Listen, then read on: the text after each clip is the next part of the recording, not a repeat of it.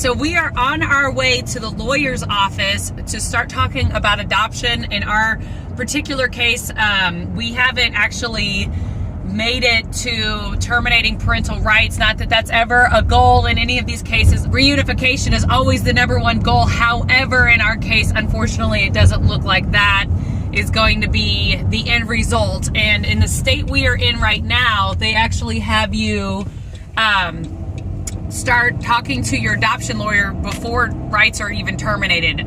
So, which is a little different. The last state we were in kind of was the opposite. They do kind of, it almost feels like we're putting the cart before the horse here, but in our other state, it was the opposite. They terminate parental rights, and then you start looking for a lawyer, and there's some time frames to wait and subsidy to start talking about all this kind of stuff, post-adoption services or whatever you might need as a family. And here, it's the opposite. You get all that in place, and then they may or may not terminate parental rights. I kind of made the joke to one of my kids this morning. I was like, it's almost like they get you all set up and excited because, if these kids can't go back with their biological parents, we love them and we'd love to adopt them.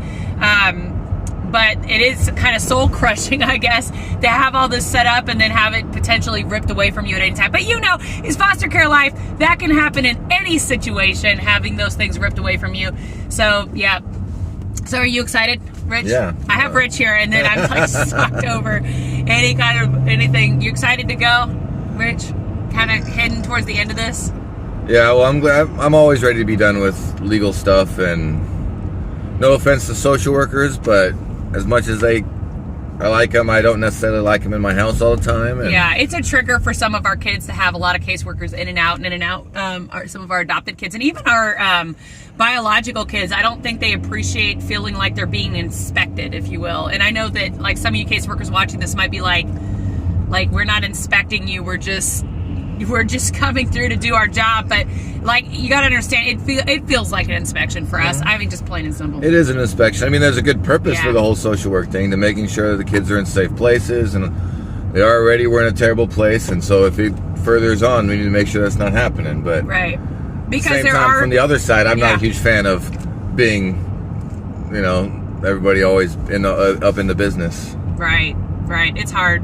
We have our trial coming up in April, and so we'll see. I mean, this is in this state. We found that kind of like anything can happen, and anytime you expect, and I think that's just all of foster care, right? Anytime you think something might go one way, it could go 100 other ways. Did you have anything else you wanted to add to that? So the reason that they do the whole setting you up for adoption isn't before they even parental, because they don't like to create legal orphans. So they're doing a TPR, and then the adoption doesn't come through. Now they have an orphan, and this state tries to prevent that. So they do that by setting up the whole foster home or adoptive home before, and making sure they have one before they're even willing to separate parental rights. I guess that's true. That makes sense. I know some states don't do it this way, but that does, I guess, make sense for this state. Fun fact, I was a legal, on paper anyway, orphan, because my mom passed away when I was in care, and at the time, they considered her my sole caretaker. And if you know me now as an adult, I actually have a relationship with my biological father, and I did even on and off growing up. So it kind of sounds weird saying that I'm an orphan. Sometimes people call people like me a social orphan. Sometimes in cases where there's abandonment and not so much parents that have passed away, that would kind of fall under that social orphan type of things. And you'll even see social orphans in the international adoption realm as well, because all the kids in orphanages aren't there just necessarily because both parents have passed away. There might be other social issues and life issues that have happened that contributed to that as well.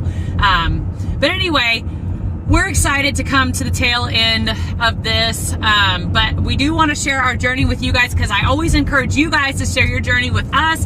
So how's it going with you guys? Anybody else getting towards the edge of their case, and things just aren't working out for reunification, and that kind of bittersweetness of, it breaks your heart to see kids hurting and bio parents hurting. I know it breaks their hearts that things just aren't working out. You feel for them, but then you want to be done, and you love the kids and you want them to stay with you. It's such a weird, twisted, happy and sad all at the same time kind of thing. So anyway, that's all I have for you right now. We're on our way to the lawyer. I'm actually about half a block away. So I will see you next time. Bye.